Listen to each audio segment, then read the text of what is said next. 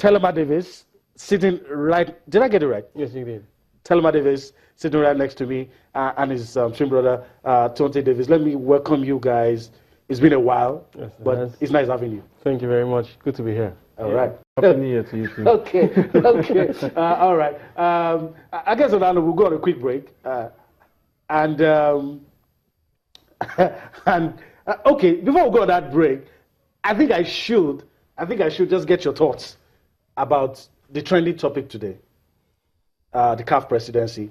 That's did you see it happening? Let me just put it that way.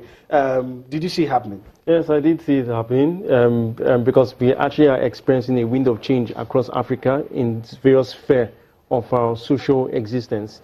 And football isn't left out. Sports in general isn't left out from that. It's a very positive step in the political history of football in Africa, and it's one that we should begin to see its impact or effect across national federations and associations as well, not just on the continent. Tonte? Yeah, I actually equally saw it happening, and I also hoped for it to happen because we're overdue with this change. We were long overdue for this change, and it's high time we have fresh new ideas, and we have a different sense of direction when it comes to football across Africa. Okay. We need this change. Africa needs this change. Nigeria, whether anybody likes it or not, or agrees with it or not, does need this change also. And when you look at where African football is coming from, under the presidency of Isaiah too, you'd wonder, okay, what unique thing has happened or difference or the change that has happened to African football. And yes, we will look at it from a number of angles, from the angle of the number of teams that participate at the Africa Cup of Nations. You now have what may be perceived as the financial largesse to clubs and also national teams at African football. But overall, the question is democracy and governance. There's been a clear lack of accountability and also transparency. And the African people, even when you feel the pulse of Nigerians and even foreign media across the world, you get to realize that everybody is saying, hey, it's time for change and time up for Isaiah too. You share the same views? I do share this in the same views. But let me respect to the fact that there are a lot of significant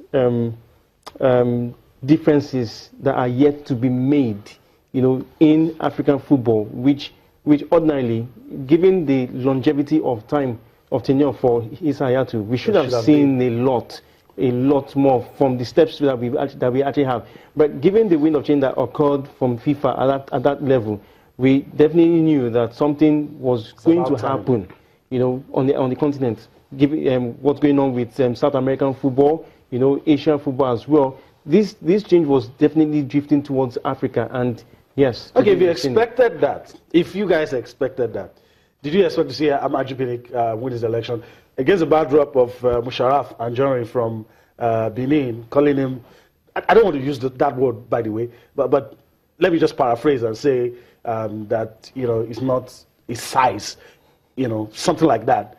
But did you see it happen? Amaju actually has a more buoyant personality, a more buoyant interactive character, so to speak, than the Musharraf himself. And the fact that he was vocal, publicly vocal about his support, and backing towards Ahmad, that in itself was strong enough to offer him that position. Then again, on the heels of the fact that Nigeria is a much bigger country, diplomatically speaking, than Benin Republic. So it definitely was tilting towards Amaju. All right, we had the Ahmad camp, we had the Ayatu camp. Tonte, are we going to get a divided house? Not all of these guys were voted out, by the way. A lot of them got voted out, but not all. How do you see the process of, forgetting about the elections and embracing each other? How long will that take? Or you think it's going to be smooth and plain sailing all the way for Ahmad? I think this when it comes to elections, it shouldn't be a do or die affair. It shouldn't be a case of if I lose or anybody I support loses out. it shouldn't be that way. What should be, as much as yes, they have their individual interest involved, but nonetheless, while you're there to represent your country, also you're there to represent Africa on the global stage. So that should be, for me, the overriding interest. And not saying that, oh, I'm not personal, and say, oh, when these guys they resume into the office, I'm going to frustrate their effort, I'm going to frustrate anything, any idea, any project, any proposal, whatever it may be. I think they should kiss and hug, so in quotes, and they should move on with it. But at the same time, they should realize that, hey, there's no time for us to sit down and fold arms any longer. We need to sit up. We need to get things going. Especially considering the gap when you consider UEFA, even South America. I think Ahmad would actually have to be able to win these people over to his side, by the, exemplary leadership, and deliberate measures, and a new culture being introduced that offers pragmatic reforms, sincerity, and programs, as in on his own part. Yeah, so there's a lot that, as in, he actually has to play in that regard. Yeah, and then some people may overlook this area, but when it comes to personality or character, you should also show care for the people who are going to working with you. Yes. You should be genuinely interested in them, and look out for ways on how to support them and also support their interests, as long as it doesn't run at variance with the the broader interest of CAF. Okay, that's important. All right, let's travel abroad. Let's go to England and talk about a manager. I didn't see this coming, but it has happened. People say there are two types of managers: those who have been fired and those who are waiting to be fired. Ato Karanka is no longer the manager of Middlesbrough. You would expect that the manager that brought a team from the lower division, brought them up, at some point had Kenneth Omero playing for him. You would think that the owners would probably have some patience. But the nature of the job these days, managers just get the boot. Is it a worrying trend? That's where I'm going. Especially the English Premier League, the rate of turnover for managers is becoming alarming.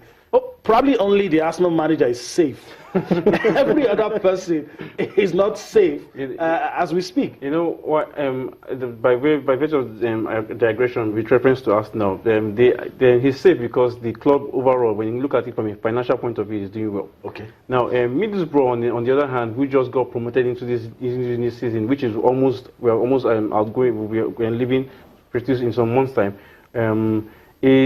We can't. The support is there. There's growing impatience among the board, and a very good example in terms of the disaffection between the board and manager is Leicester City. Regardless of the fact that Ranieri won the league the previous last season, they still parted with the team. So Karanka is no exception. Unfortunately for him, yes, he got promoted into the league, which was a good thing for Middlesbrough after how many years.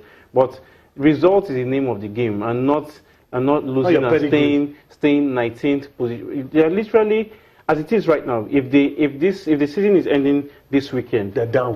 They're going. In fact, they're going out of the Premier League. So the club wants to do something quickly and possibly. Let's play the devil's advocate, Talma.